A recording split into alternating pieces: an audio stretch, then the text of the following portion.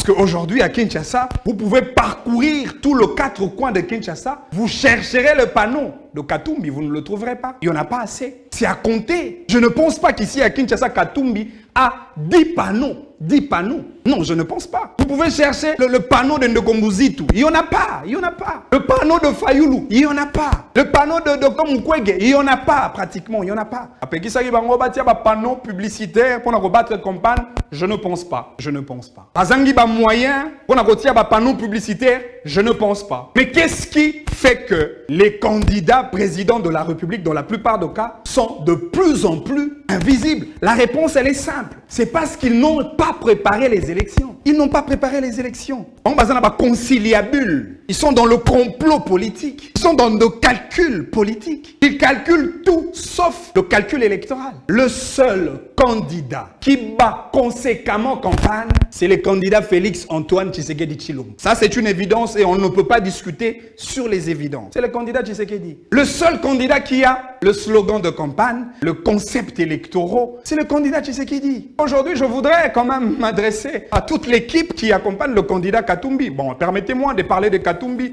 parce que je vois dans le microcosme politique électoral, c'est les deux qui sont en tête des listes. C'est les candidats Tshisekedi en premier et en second lieu. C'est M. Katumbi. C'est comme ça que je parle de lui. Et surtout, je parle de lui parce que Katumbi nous a promis de faire campagne à l'américaine. Malheureusement, à Rosalangote, même pas à l'ivoirienne, à Rosalangote, même pas le rôle à Bandegonabiso à Angola. Non, Katumbi est invisible. Katumbi n'a pas de visibilité. Ni à Kinshasa, ni à Mbandaka, ni à Kolwezi, ni au Congo central. Il n'a pas de visibilité. Mais je ne pense pas que Katumbi manque l'argent pour assurer sa visibilité. Autre chose, c'est le fait que l'équipe qui accompagne le candidat Katumbi, je parle de l'équipe de communication, elle est tellement faible. Elle est tellement faible. Monsieur Katumbi, après l'échec électoral, chassez tous ces gens qui sont autour de vous. Ils sont incompétents. Que de bavards, de gens qui racontent, qui sont professionnels en insultes, professionnels en dénigrement, professionnels pour de compromissions de choses nocives. Mais là, c'est le travail professionnel qui doit être rendu. Et Katumbi a besoin des résultats escomptés, messieurs. Pas cette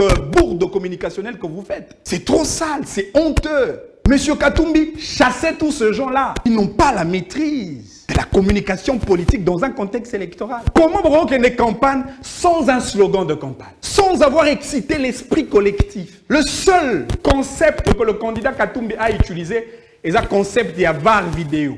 VAR vidéo, encore que ça ne veut rien dire. Rien dire. Regardez les activités de Katumbi, regardez les activités de Tshisekedi. Les qualités des images, les qualités des photos, les qualités des vidéos. Mais non, il n'y a pas match, il n'y a pas photo.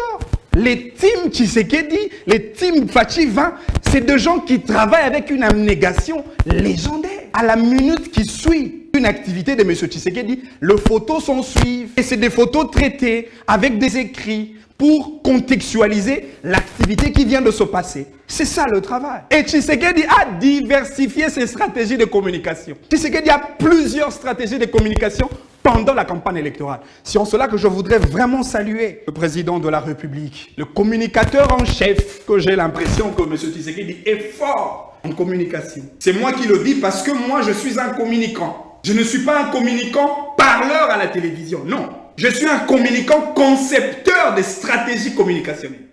C'est cela la différence. Beaucoup vont aux élections, mais sans pour autant avoir la maîtrise du contexte électoral. La politique, c'est la stratégie. Vous devez avoir la capacité de créer autour de vous des grands réseaux, des grandes plateformes sur la stratégie politique, en mettre en exergue, à utiliser pour le bénéfice de votre candidat. À défaut de quoi, on parlerait d'un vide total sur le plan politique, sur le plan de la communication, sur le plan de la mobilisation. Il y a un vide total. Dans la communication, il y a ce qu'on appelle l'illusion communicationnelle. Dans la communication, il faut émouvoir les gens, il faut épater les gens. Dans la communication, il ne faut pas être ordinaire, il faut être extraordinaire. Dans la communication, il ne faut pas faire de choses comme tout le monde. Non, il faut avoir une communication inouïe, une communication inédite. Dans la communication, on utilise le langage. Dans la communication, on utilise les images. Dans la communication, on utilise les slogans. Dans la communication, on utilise les discours. Encore que ces discours doivent avoir un contenu. C'est ça la communication. Et cette communication attire le gens pour sympathie à votre vision en tant qu'acteur politique, en tant que candidat. À défaut de quoi, on parlerait d'un vide. Et aujourd'hui, il y a eu un grand vide, qui augure du camp de l'opposition politique. Les gens pensent que le fait de passer à la télé, de faire de rondes des émissions de télévision, de tweeter matin, midi, soir, c'est ça la communication. Mais non. Tout ça, député de la rue. C'est des choses que les gens ont consommées. C'est des albums en temps normal, dans un contexte musical. Disque d'or, il y a un disque d'or. Ah ouais. Parce que il y a une stratégie à communication.